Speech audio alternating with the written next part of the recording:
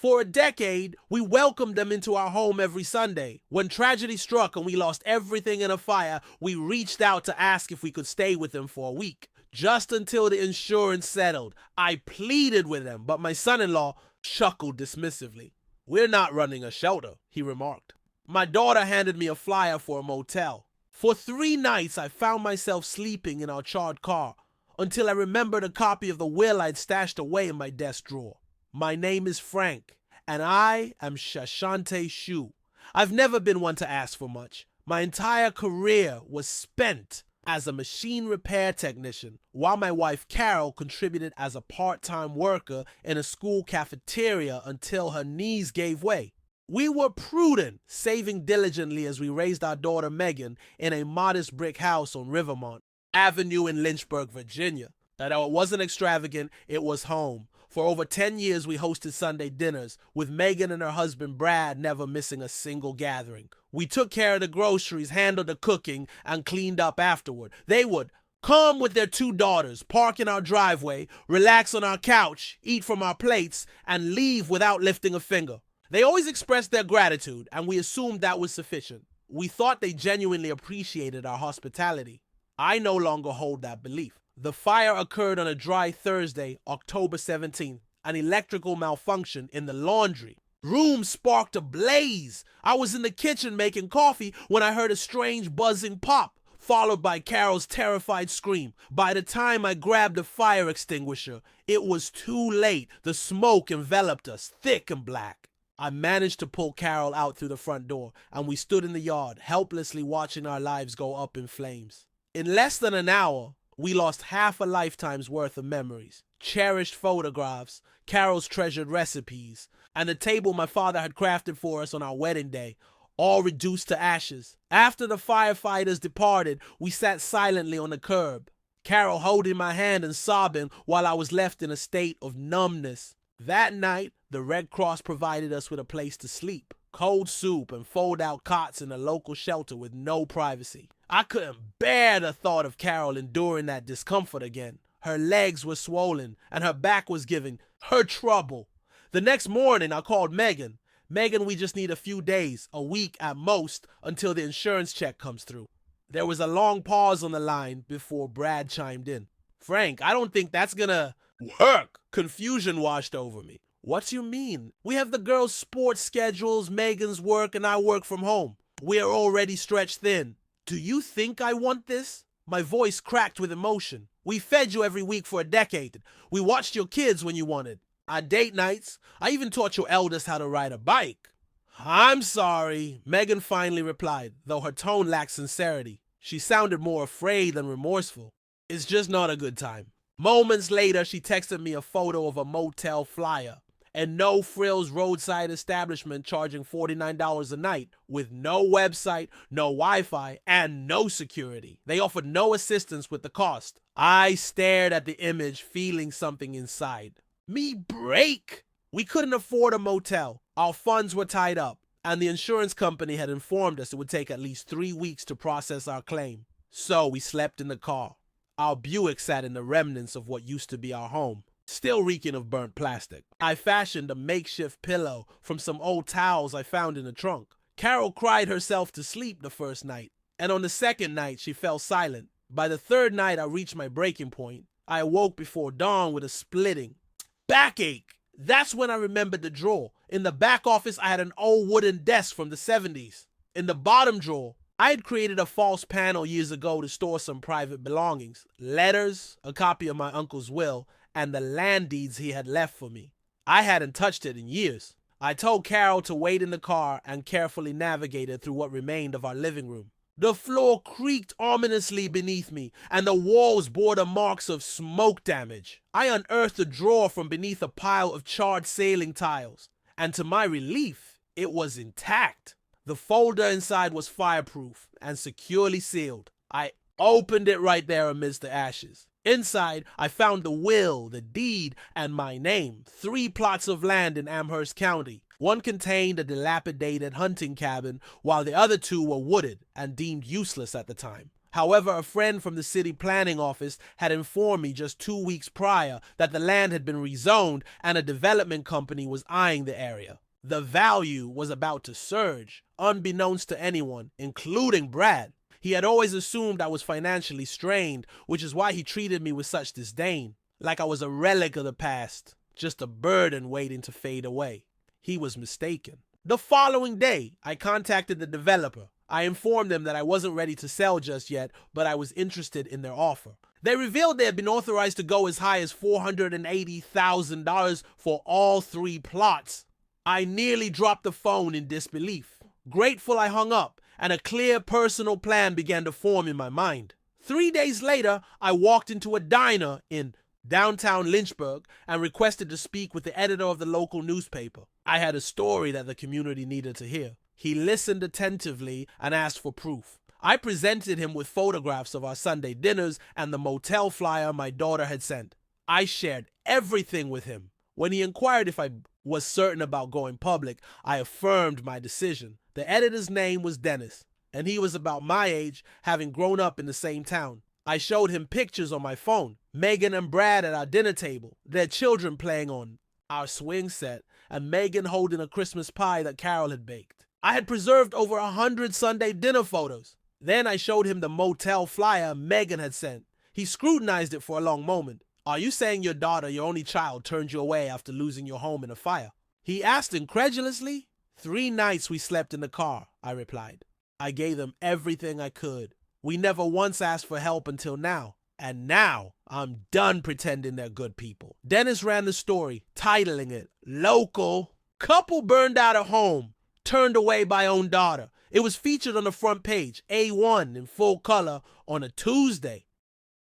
The newspaper featured a photo of Carol and me from last Christmas, proudly holding a ham in front of our tree, our smiles reflecting a belief in family that now felt naive. Within just 2 days, our story began to circulate. A local radio host read it aloud, and Channel 13 aired a segment. Conversations erupted at the grocery store and the post office. One day, while I was at Walgreens, a woman I had never met stopped me, embraced me tightly, and shared how her daughter had done something similar years ago.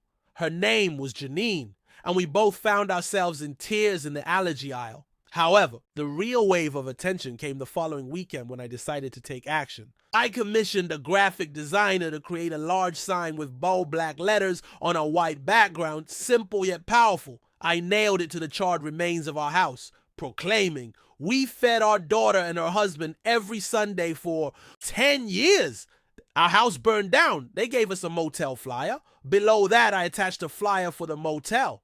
People began to gather, snapping pictures and sharing them online. A local pastor even left flowers on our porch, and a group of teenagers showed up to help rake the yard. Megan and Brad, on the other hand, initially fell silent. Soon enough, the text began, starting with, "Dad, what the hell are you doing? Take the sign down. You're making us look bad." I chose not to respond, so Brad called me, his tone sharp and urgent. "You need to take that damn sign down. Right now. You're embarrassing your family." "Family?" I retorted. "You made it clear I didn't have one anymore." I hung up, ignoring his 6 subsequent calls. The next twist came a week later when a different real estate agent contacted me about the land in Amherst County. He informed me that the developer had increased their offer to $570,000 if I agreed within 48 hours. I said I would consider it, and then I reached out to Megan. When she answered, I said, "There's something you don't know, and you're going to feel its effects soon." The line fell silent before she hung up. A few hours later, Brad showed up at the motel where Carol and I had finally managed to check in. He didn't knock, but simply approached the door while I sat outside smoking, clad in his blazer still. Trying to maintain the facade of importance despite everything, he stated, "We need to talk." I leaned back, arching an eyebrow. "Now you want to talk?" He took a seat across from me as if we were equals. "You're ruining your daughter's reputation," he chastised. "She did that herself," I shot back, and he laughed, thinking I was being unreasonable. "She's stressed. She has the girls and work." "She didn't know what to do," he explained. "She knew how to text me a motel flyer," I countered. Brad leaned in, lowering his voice. "I know about the land. I know it has value. If you're considering leaving it to Megan, just remember she doesn't need drama attached to her name. It might be better if we keep this quiet. At that moment, I realized he assumed I intended to leave everything to her. He had no clue that I had changed my will just 2 days prior, nor did he understand that the land was now destined for someone else.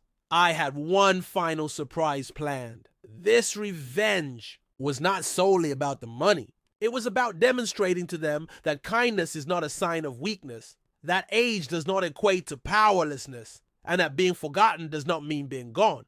I was far from finished after Brad's attempt to sweet-talk his way back into my good graces. It was clear I had instilled fear in them, not through what I said, but through what I chose not to reveal. They were left guessing, and they were guessing wrong.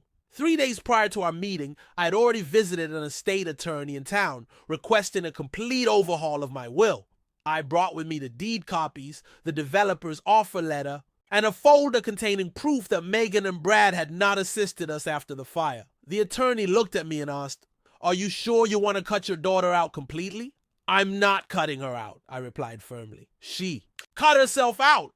I'm merely finalizing the paperwork." Instead of Megan, I named someone else as the heir. Her name was Angie, a waitress at a diner near my old home. She had brought hot meals to Carol when she broke her hip 3 years prior, never asking for anything in return. She would leave casseroles in our mailbox when she thought we weren't home. When she heard about the fire, she arrived that same week with 2 bags of groceries and a sleeping bag, offering to help us clear the lot. Angie was a single mother raising her 10-year-old son after losing her husband in a work accident 3 years ago. Despite her own struggles, she gave more than many who had much more to spare. So I decided to leave everything to her and her son. All the land, the future payouts, and all rights. I instructed my attorney to ensure that Megan wouldn't see a single cent. Then came a church fundraiser. A small Baptist church in Forest, having seen the newspaper story, reached out to ask if they could assist us. I told them we didn't need money, but they insisted on helping. The following Sunday, they organized a potluck and auction to raise funds for the couple known for their Sunday dinners and their burned-down home.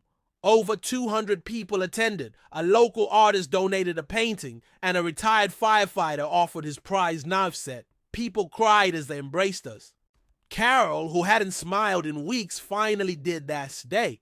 Later that same afternoon, a man in a suit approached me, claiming to represent another developer who had heard the news. "I own those 3 lots in Amherst," he said, offering $600,000 up front. No games, no waiting. I said I would think it over. That night, I invited Angie and her son to come out to the land with me. I showed them the old hunting cabin, which was run down but structurally sound. We walked through the woods together, and she remarked that it was the first time in 5 years she had felt a sense of peace. At that moment, I handed her the developer's business card, knowing that her life was about to change for the better. "Call him if you ever want to sell," I said to Angie, "but please don't feel obligated." She looked at me as if I'd lost my mind. "No one's ever given me anything like this before," she replied, her voice filled with disbelief. "You earned it," I assured her. Meanwhile, Megan had started appearing in places where she knew I might be. First, it was the grocery store, then the post office. One day, she even accidentally showed up at the diner while I was having lunch. Each time, she acted as if nothing had happened. "Hey, Dad, how are you?" she would say. I would nod and continue on my way, avoiding any real engagement. As time passed, her desperation grew. She showed up at the motel and knocked on our door. Carol answered, and Megan pushed past her as if she still had a right to be in our lives. "Dad, we need to talk," she insisted. Carol sat on the edge of the bed, deliberately looking away. She hadn't spoken to Megan since the fire. I stood up and faced Megan squarely. "No, you need to listen," I said firmly. Megan crossed her arms defiantly. "You're acting like we kicked you out on purpose. It was just a hard time. We helped. You with your kids, fixed your plumbing, gave you gas money. That was during our hard times. We never made excuses." She didn't respond to my silence.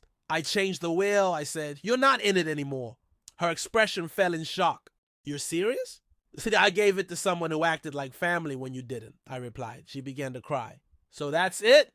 You're just cutting us off?" "No," I countered. "You did that already. I'm just finally catching up." With tears streaming down her face, she left. An hour later, Brad called and left a voicemail. You'll regret this. You're blowing up your family over a misunderstanding. I deleted it without listening to the end because it wasn't a misunderstanding. It was clarity, and I was only getting started. A month passed, and the motel room, felt more like a prison. The walls were thin, and the carpet reeked of mildew. Carol struggled to walk across the parking lot without holding on to my arm. We still hadn't heard a word from the insurance company, but the community continued to rally around us. People we barely knew brought casseroles, and one man offered to rebuild our front steps, recalling how he used to sit on them as a child, waiting for his dad to finish plumbing work inside our home. Carol cried again, but this time it was a different kind of cry, not one that empties you, but one that fills you back up. Then came the school auction. Angie called me the night before to inform me that they were auctioning off sponsorship spots for the new school gym. The biggest donors would have their names on plaques on the wall. You should come by just to watch, she suggested. I knew exactly where this was heading. Brad was on the school board and had been boasting about securing the McInnes name on the wall for months. There were 12 sponsorship spots available. That night, I borrowed a button-up shirt, shaved, and folded a check into my pocket before heading to the school. I waited until Brad and Megan arrived, all smiles and handshakes, acting like they owned the place. Megan wore a fitted beige coat that made her look like she was running for office. As the auction began, Brad kept increasing his bids. $500 here, $1,000 there, trying to secure the top spot.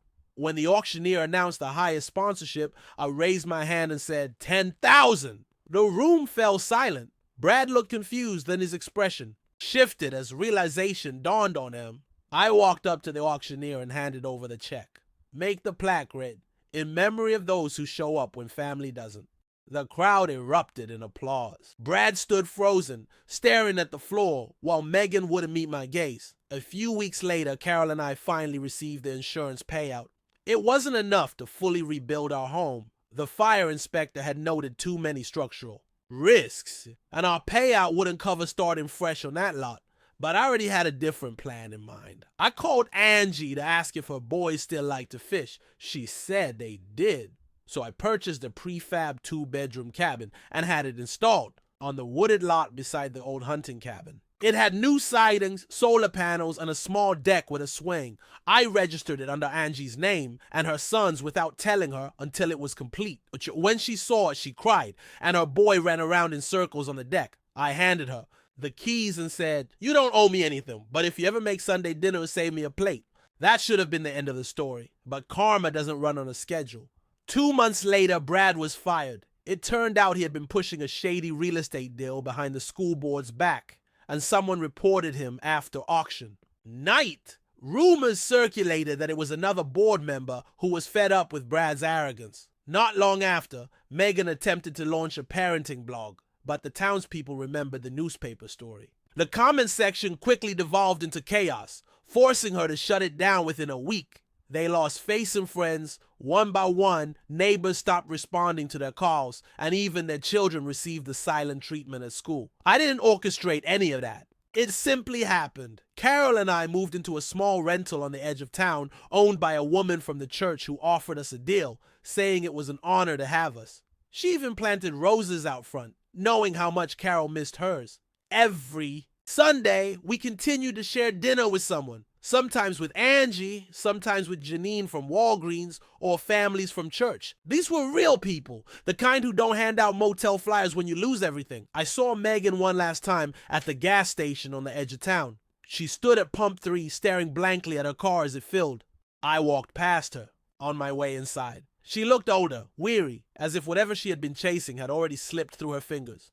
Dad, she said softly. I glanced at her and she attempted a smile. How are you?